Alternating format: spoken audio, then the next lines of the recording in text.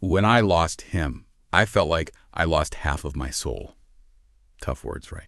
And that's Hayden Panettiere talking about the loss of her brother Jansen earlier this year.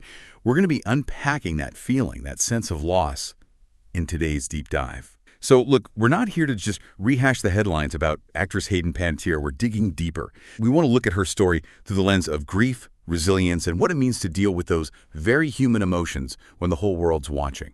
We're diving into a piece from Daily Mail Online, actually. It was just published a couple days ago, September 19th, 2024.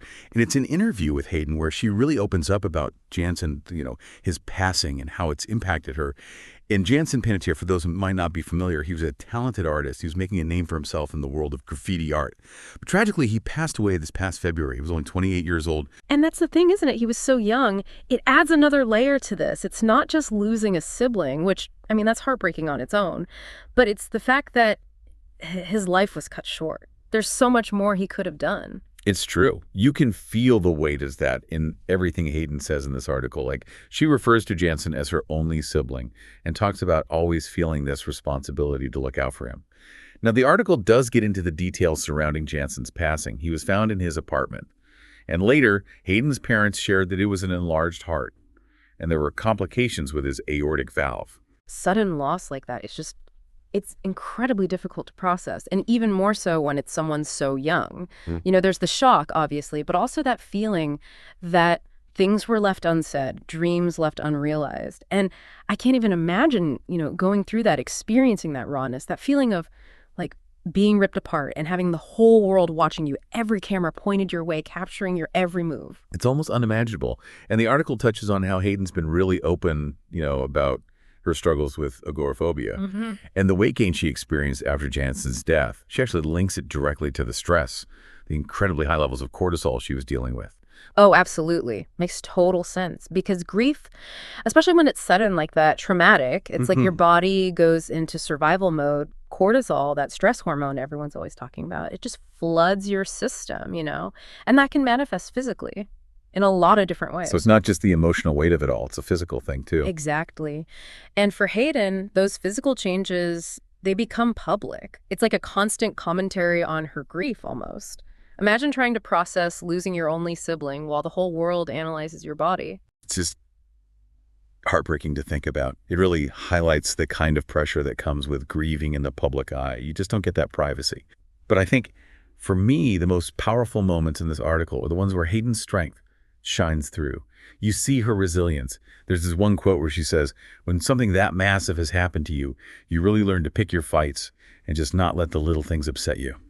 It's like developing this filter, right, for your emotions. When you've gone through a loss that profound, the everyday stuff just doesn't seem as important anymore. I wonder what that looks like day to day, though, to pick your fights. Is it about trying to find some sense of control when everything feels so chaotic because of the grief? Interesting question, because it really gets at this idea that even when it feels like your world has been shattered, when you're in the deepest darkness, humans still have this drive to move forward somehow. And, part of moving forward might be about finding ways to honor the person they've lost. I wonder if for Hayden, that might involve connecting with Jansen's art. You were talking earlier about how his art was such a form of self-expression. So I'm curious, from your perspective, could exploring that, maybe even looking at it through this lens of resilience, could that be a way for Hayden to process her grief? It's definitely possible. Art can be so powerful. It's a way to process what you're feeling, to connect to something bigger. And in a way, by engaging with Jansen's art, Hayden would be keeping a part of him alive. It's a beautiful thought. And actually, on that note of moving forward, the article does mention that Hayden is going back to work. She's got this new movie, Amber Alert. It's coming out soon. And honestly, my first thought was, wow, that must be so hard, to be grieving like that and have to put yourself out there, promote a film. It's that thing about being a celebrity, right? People don't always think about it. There's this expectation to perform no matter what's going on in your personal life. And for someone like Hayden, it's almost like her grief is on display for everyone to see. It makes you think about survivor's guilt, too, which, that often comes up with sibling loss, especially when it's sudden like this, and at such a young age. I have to imagine that's amplified when you've got the whole world watching you, judging everything you do. It's a really complicated layer to this whole thing, because on the one hand, having that platform, that audience, it might give Hayden a sense of purpose, a way to channel her grief. But on the other hand, that same platform can make everything so much bigger. Every emotion, every little thing she does, it's analyzed. It's a lot to process, that's for sure. And it really makes you think about how different grief is when it's not playing out in the public eye. Without a doubt. Think about your own lives, listeners. Many of you have probably been there, dealing with a loss while life just keeps happening. Work, family, everything. It doesn't stop just because you're grieving. So what advice would you give to our listeners who might be going through something similar? Not just in a clinical sense, but knowing what we know about the pressure someone like Hayden might be under. Be kind to yourselves. That's the biggest thing. Grief isn't linear. There's no right way to deal with it. Some days, picking your fights might be getting out of bed. Other days, it might be letting yourself feel everything without judgment.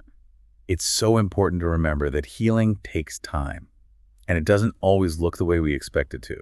We've covered a lot in this deep dive. We've talked about sibling loss, the way stress affects us physically, and the unique pressures faced by those who grieve publicly. But if there's one thing I want our listeners to take away, it's Hayden Panettiere's resilience.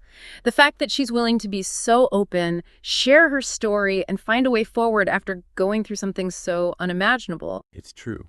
It reminds us that even in the darkest of times, even when it feels impossible, we can get through. And maybe, just maybe, by having these conversations, by shining a light on these difficult topics, we can help create a world where grief is met with more understanding, more compassion, and a lot less judgment. Thanks for joining us for this deep dive. We'll see you next time. Take care of yourselves and each other.